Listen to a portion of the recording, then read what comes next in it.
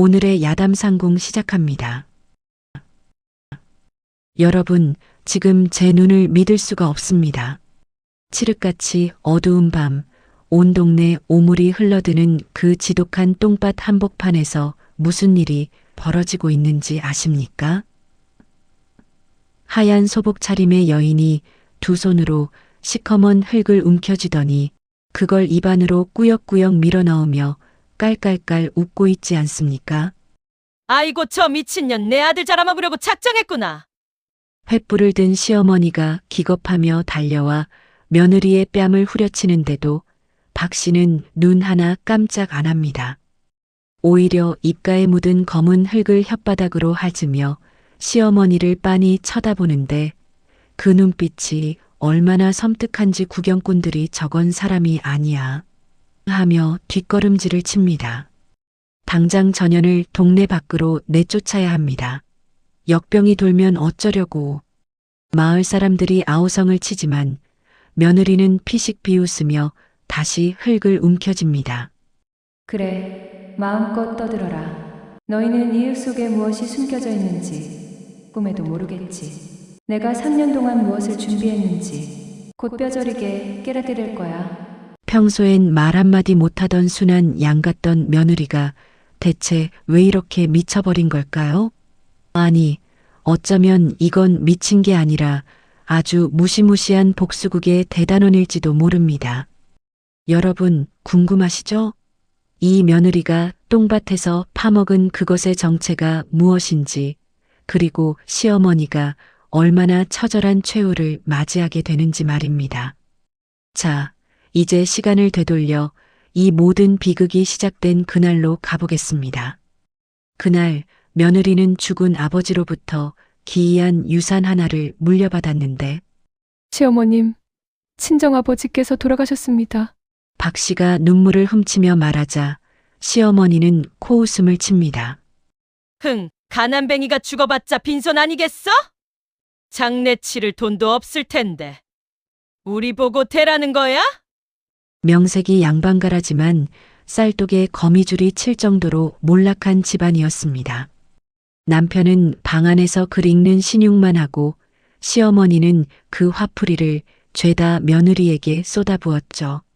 내가 들어오고 집안이 망했다는 독설을 매일 들으면서도 며느리는 말없이 무릎이 닳도록 안방 바닥만 닦아왔습니다. 그런데 그날 밤 아버지의 유품을 정리하던 며느리의 손이 멈춥니다. 낡은 서찰 한 통과 은자 3냥, 그리고 누렇게 바랜 지도 한 장이 나온 겁니다.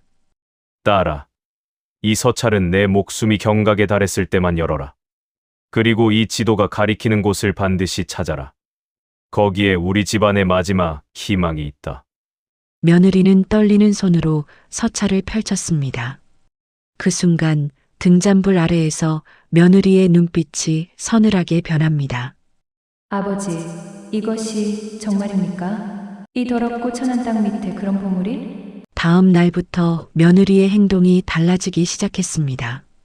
집안일은 뒷전이고 마을 구석구석을 이잡듯 뒤지기 시작한 겁니다. 그녀의 발길이 멈춘 곳은 마을 끝자락, 악취가 진동하여 까마귀조차 앉지 않는다는 버려진 똥밭이었습니다. 아이고 저것 봐라.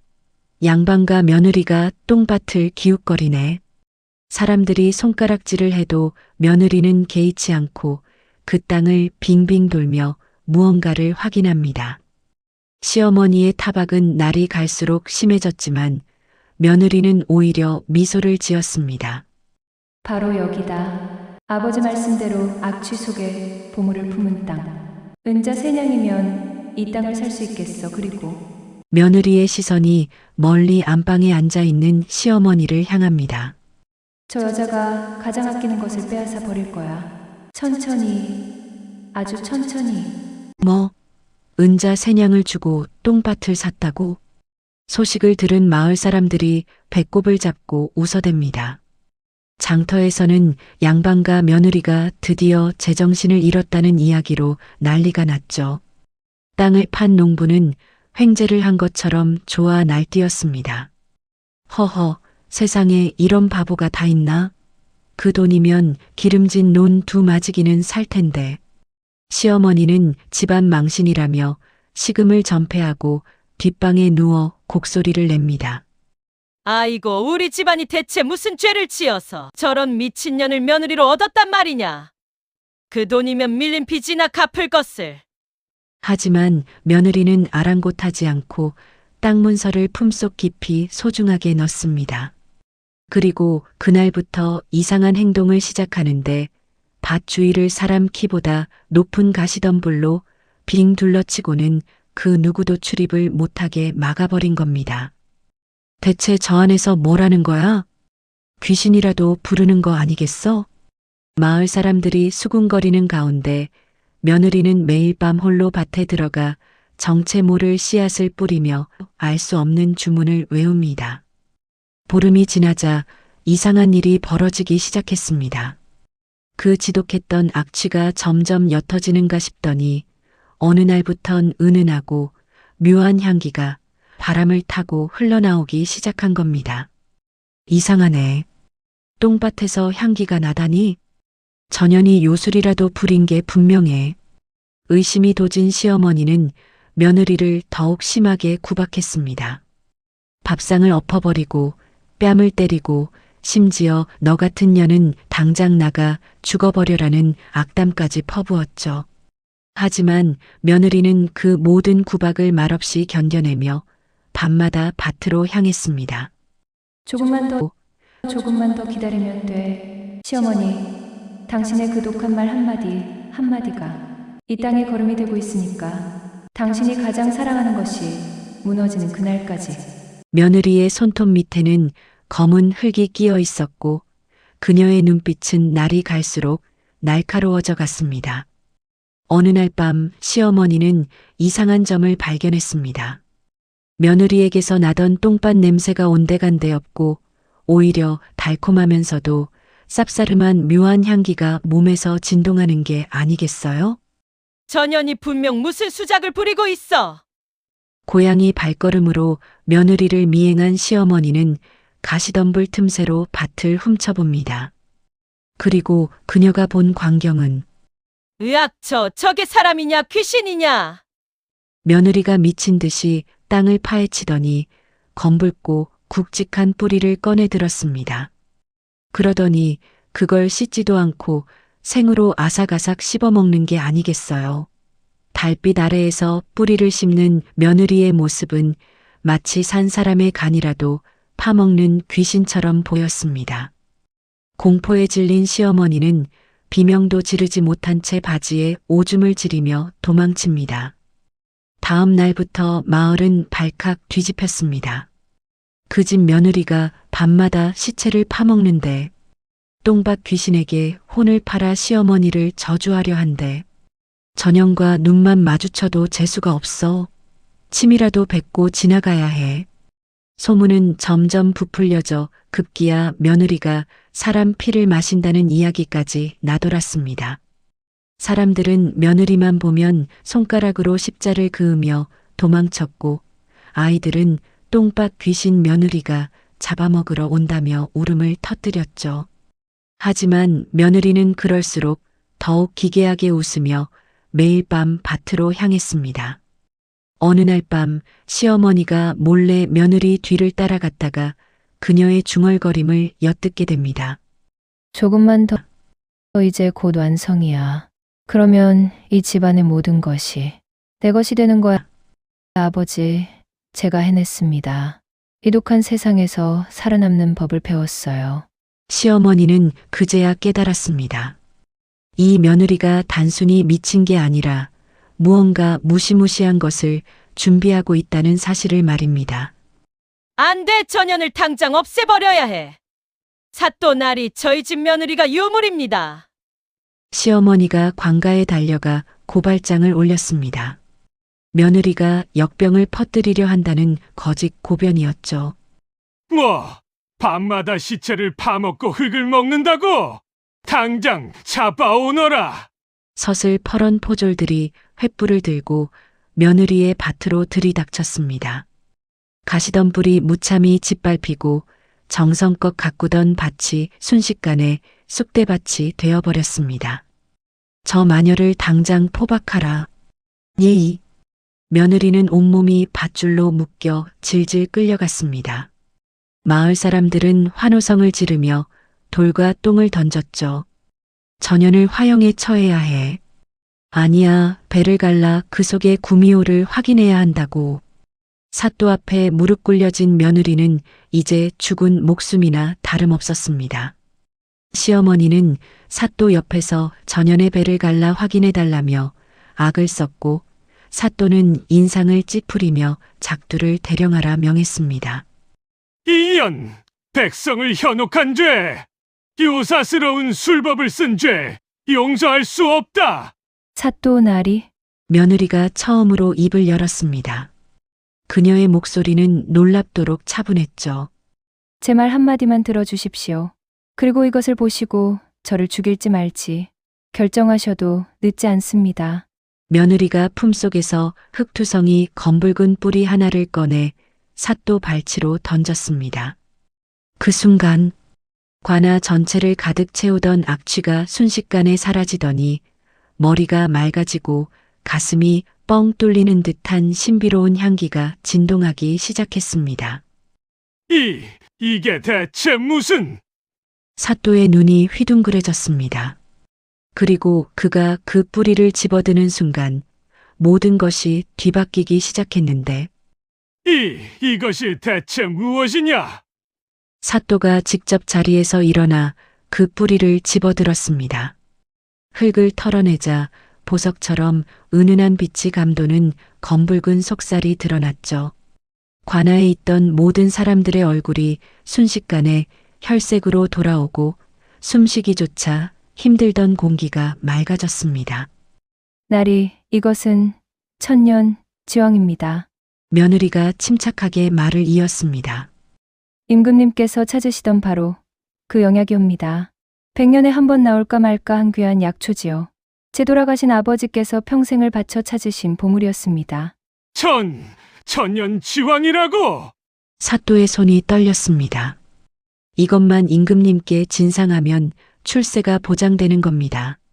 그런데 왜 하필 그 더러운 똥밭에? 나리, 지왕은 오물 속에서 가장 잘 자랍니다.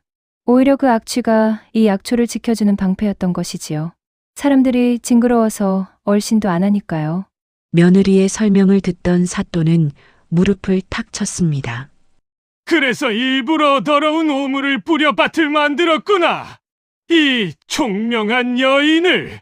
그뿐만이 아닙니다, 나리. 며느리가 고개를 들어 사또를 똑바로 바라봤습니다. 그 땅은 사실 수백 년 전 거상의 집터였습니다. 온갖 귀한 약재들이 묻힌 명당이었지요. 하지만 세월이 흘러 마을 사람들이 그곳의 오물을 버리면서 모두가 잊어버렸습니다. 오직 제 아버지만이 고문원을 뒤져 그 비밀을 알아냈고 돌아가시기 전 저에게 물려주신 것입니다. 사또의 눈빛이 변했습니다. 이제 며느리는 요물이 아니라 자신에게 출세의 사다리를 놓아줄 귀인으로 보이기 시작한 것이죠. 당장 이 여인의 포박을 풀어라. 그리고 사또가 시어머니를 향해 칼 같은 눈빛을 쏘았습니다. 무고죄로 저 노파를 잡아 가두어라. 나리, 이게 무슨... 시어머니의 얼굴이 새하얗게 질렸습니다. 사또 나리, 제발 살려주십시오. 제가 잘못했습니다. 시어머니가 바닥을 굴러대며 비명을 질렀지만 이미 출세의 맛을 본 사또의 귀에는 그저 시끄러운 노파의 헛소리로 들릴 뿐이었습니다. 이연, 귀한 보물을 알아보지 못하고 무고한 며느리를 모함한 죄 곤장 30대에 처하노라. 억울합니다. 전연이 저를 속인 겁니다. 닥쳐라. 한 대 더 때려라. 시어머니는 그 자리에서 곤장을 맞고 마을에서 쫓겨날 처지가 되었습니다. 며느리는 그 광경을 차갑게 내려다보다가 사또에게 무릎을 꿇고 청했습니다. 나리, 제가 한 가지 소원이 있사옵니다. 무엇이든 말해보거라. 시어머니를 죽이지 마시고 제가 산 그 똥밭 옆 초막에서 평생 참회하며 살게 해주십시오. 사람들은 며느리의 자비에 감동했지만 사실 이것은 자비가 아니었습니다. 가장 높은 곳으로 올라간 며느리를 평생 가장 낮은 곳에서 우러러보며 살아야 하는 죽음보다 더 잔혹한 형벌이었던 것이죠. 그대의 효심이 가상하도다. 그리하겠노라. 며느리는 시어머니를 향해 차가운 미소를 지었습니다. 어머니, 이제 아시겠습니까? 당신이 매일 퍼붓던 그 독설 한마디 한마디가 이 약초의 걸음이 되었습니다. 그리고 이제 당신의 남은 삶은 제가 누릴 영광의 배경이 될 것입니다. 한 달 뒤 임금님으로부터 큰 포상이 내려왔습니다. 며느리에게는 정경 부인의 버금가는 칭송과 함께 상금이, 사또에게는 승진이 주어졌죠. 며느리는 몰락해가던 가문을 홀로 일으켜 세웠고 남편 역시 아내의 덕으로 관직에 올랐지만 집안의 모든 실권은 이미 며느리의 손에 쥐어져 있었습니다. 며느리는 화려한 비단옷을 입고 가마에 올라탔습니다. 가마가 지나가는 길목 옆 똥밭 초막에서는 시어머니가 넉마를 걸치고 무릎을 꿇은 채 며느리의 행렬을 바라보고 있었죠. 며느리는 단 한 번의 눈길도 주지 않은 채 유유히 떠나갑니다. 여러분, 세상 사람들은 박씨 부인이 그저 운이 좋아 똥밭에서 보물을 찾았다고들 말합니다. 하지만 정말 그럴까요? 아닙니다. 이 모든 것은 며느리가 3년 전부터 치밀하게 설계한 복수극의 완성이었습니다. 오물을 뒤집어 쓰고 미친 척하며 시어머니의 본성을 세상에 드러내고 스스로 파멸하게 만든 그 독한 마음을 누가 감히 짐작이나 했겠습니까? 시어머니는 그 후 10년을 더 살았습니다. 단 하루도 빠짐없이 똥밭 옆 초막에서 며느리가 이룬 영화를 바라보며 말입니다. 마을 사람들은 저것이 며느리를 괴롭히던 악독한 시어머니라며 손가락질을 했고 아이들은 돌을 던지며 놀렸죠. 시어머니는 죽기 직전 며느리를 불러 마지막 유언을 남겼다고 합니다. 내가 이겼다. 내가 너를 짓밟았듯이 너는 나를 똥밭 밑에 묻어버렸구나. 며느리는 그 말을 듣고 이렇게 대답했답니다. 어머니, 틀렸습니다. 제가 어머니를 묻은 게 아니라 어머니께서 스스로 그 독설의 무덤에 들어가신 겁니다. 누구든 나를 짓밟는 자는 이 땅 밑에 묻힐 각오를 해야 할 것입니다. 향기가 진할수록 그 아래 썩어가는 원한도 깊은 법이니까요. 여러분, 주변을 한번 돌아보십시오. 혹시 누군가를 함부로 대하고 계신 건 아닙니까? 말없이 참는 사람이 정말로 약한 사람일까요? 아닙니다. 어쩌면 그 사람은 지금 이 순간에도 똥밭에 씨앗을 심고 있을지 모릅니다. 당신을 무너뜨릴 천년지왕의 씨앗을 말입니다. 조선시대 어느 야사에는 이런 말이 전해집니다. 복수는 차가울수록 완벽하다.